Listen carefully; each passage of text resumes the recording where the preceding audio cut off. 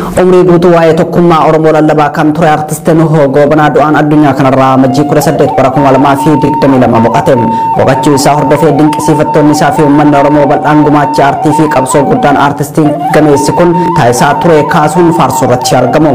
Bara 1940 keessa baha Oromiyaa Dirree Dhawaatti dhalachuun baqattummaan biyyoota hedduu irraa malee qabsoo Oromoof oolmaa guddaa kan oole artistiin Nuhoo Goobanaa waggoota 40 darbanitti sirboota jaalalaa tokkummaa qabsoo fi qabiyyeewwan biroo of keessaa qaban weellisuun beekama.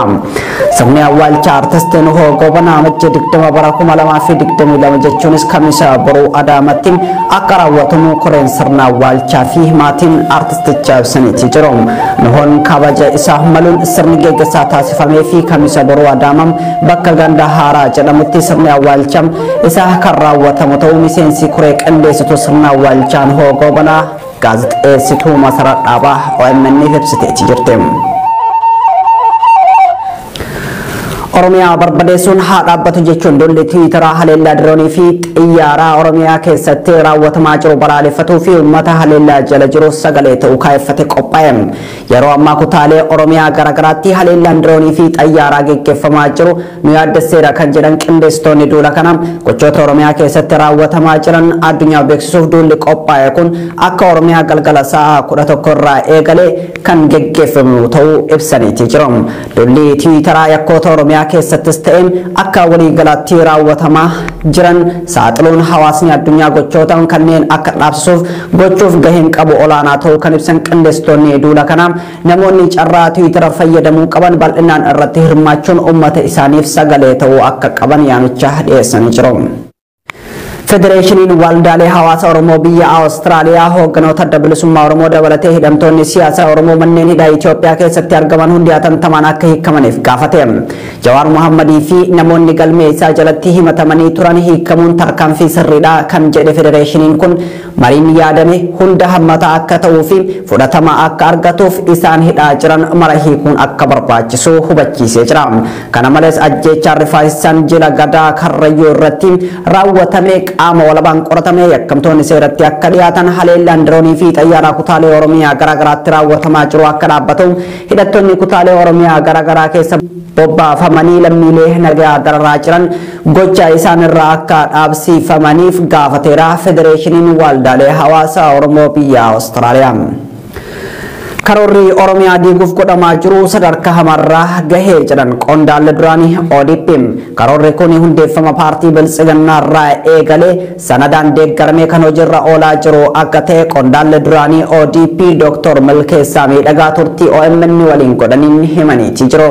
Karoorri eenyummaa sabootaa balleessuun eenyummaa tokkicha ijaaruu irratti fuulleffate kanattuu sirna barnootaa keessaan dhufaa jira jedhan waa'ee atakaroo asxaa biiroo barnoota Oromiyaa irratti yaada kennaniin.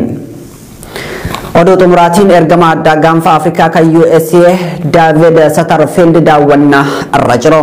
Daawwannaan isaanii Saudi Arabiyaa fi Suudaan irraa kan eegalan dippiloomatiin Ameerikaa fi jilli isaanii dhumarra Itoophiyaa daawwachuu jedhameeti jira. Itoophiyaatti dhimmoota haleellaa qilleensaa dhaabsisuun hidhamtoota siyaasaa hiikuu fi deeggarsa namoomaa qaqqabsiisuu ilaalchisee qondaalota Itoophiyaa waliin ni mari'atus jedhameeti jira.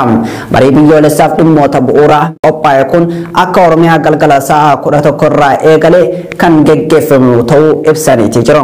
Dolli Tiwiitaraa yakkoota Oromiyaa keessattis ta'een akka walii galaatti raawwatamaa jiran saaxiluun hawaasni addunyaa gochootan kanneen akka dhaabsisuuf gochuuf gaheen qabu olaanaa ta'uu kan ibsan qindeessitoonni duula kanaa namoonni carraa Tiwiitara fayyadamuu qaban bal'inaan irratti hirmaachuun uummata isaaniif sagalee ta'uu akka qaban yaamicha dhiyeessanii jiru.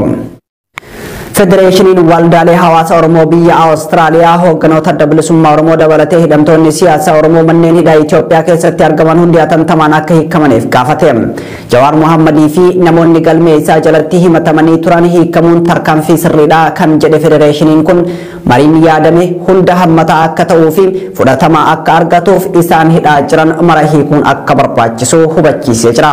Kana malees ajjeechaan rifaasisaan jila gadaa Karrayyuu irratti raawwatame qaama walabaan qoratamee yakkamtoonni seeratti akka dhiyaatan haleellaan diroonii fi xiyyaaraa kutaalee Oromiyaa garaagaraatti raawwatamaa jiru akka dhaabbatu hidhattoonni kutaalee Oromiyaa garaagaraa keessa bobbaafamanii lammiilee nagaa dararaa jiran gocha isaan irraa akka dhaabsifamaniif gaafateera federeeshiniin waldaalee hawaasa Oromoo biyya Awustiraaliyaa.